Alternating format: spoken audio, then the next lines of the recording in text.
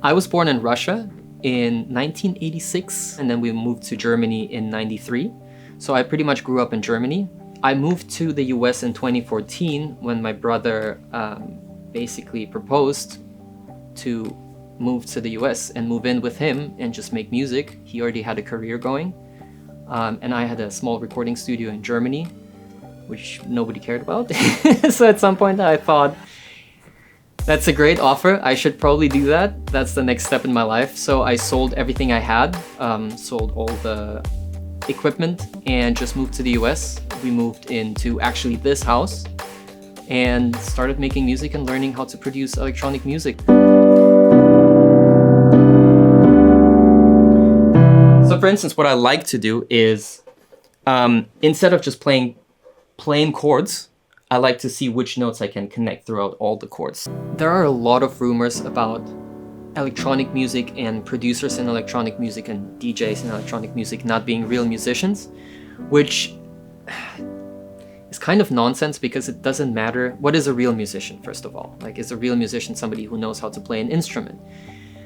Sure, that's a real musician, but does that mean that this person will make a better song? Not at all. The nice thing about Cubase is, which is also the strongest tool in my opinion, is the media bay, which I didn't use until Ian Kirkpatrick introduced me to the media bay. I used to use the Finder on my computer, and the problem with the Finder was that it was not in sync and that the transients were always chopped off. So when you hear the first sound, you have a clear transient, there's like bam, attack, and then the next sound is like faded in. So that was very tricky, and you kind of had to have a lot of imagination to imagine this loop in a completely different tempo, in a completely different key with your song. And it was a lot of trial and error. And the media base solved a lot of those issues because I have everything in one window with all my sounds and all my samples, and kind of created this narrow format because I can collapse it, and then I can grab files from the desktop and drag them into the session and then go back. Usually the next step for me is when I have a piano or a Rhodes or any chord progression is I sync the tempo of the loops, which is basically just this one click here, and then I just see what could fit the vibe of the chords. Yeah. Okay. Okay, let's transpose it.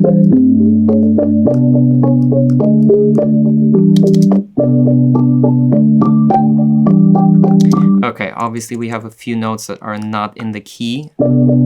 Also, transpose in Cubase is so nice. It's just right here where it says transpose, and you just go up and down, and you can immediately see if something is working or not. I, for myself, have to find ways to stay creative and stay inspired, and that's why I like using electronic sounds, using loops, using presets that do something that I didn't think of, because it always feels to me like I'm given this gift of this melody right now, and I can use it, and I can chop it up in pieces and only use the first half or the second half. Okay. I usually just combine a bunch of sounds until something sounds good, and then just go from there.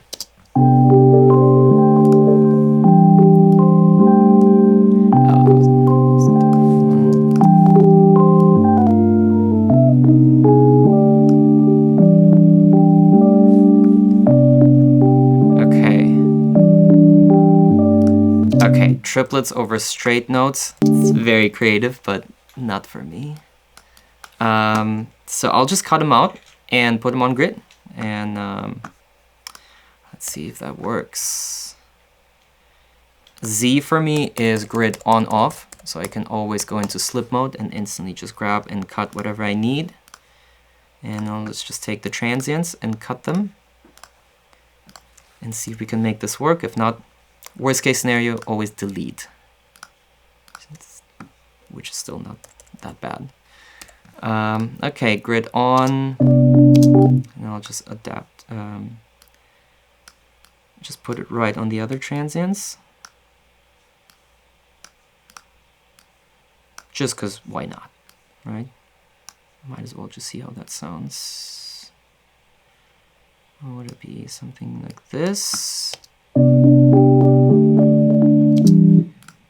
If you guys are wondering, I have Pro Tools key commands in Cubase. That's another good thing about Cubase. You can just set it to Logic key commands, Pro Tools key commands, and then you can customize all your keys. So I have a bunch of key commands and I don't even remember because it's just flick of the wrist for me. Another one here.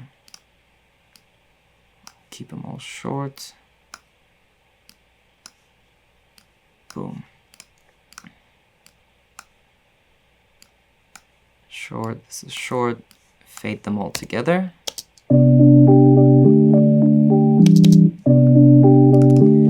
Cut the high so we don't hear the clicks because I'm too lazy to fade it properly right now. Just sweep it under the rug.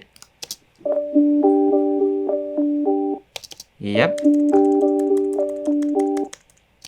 Now all of a sudden, we have some movement.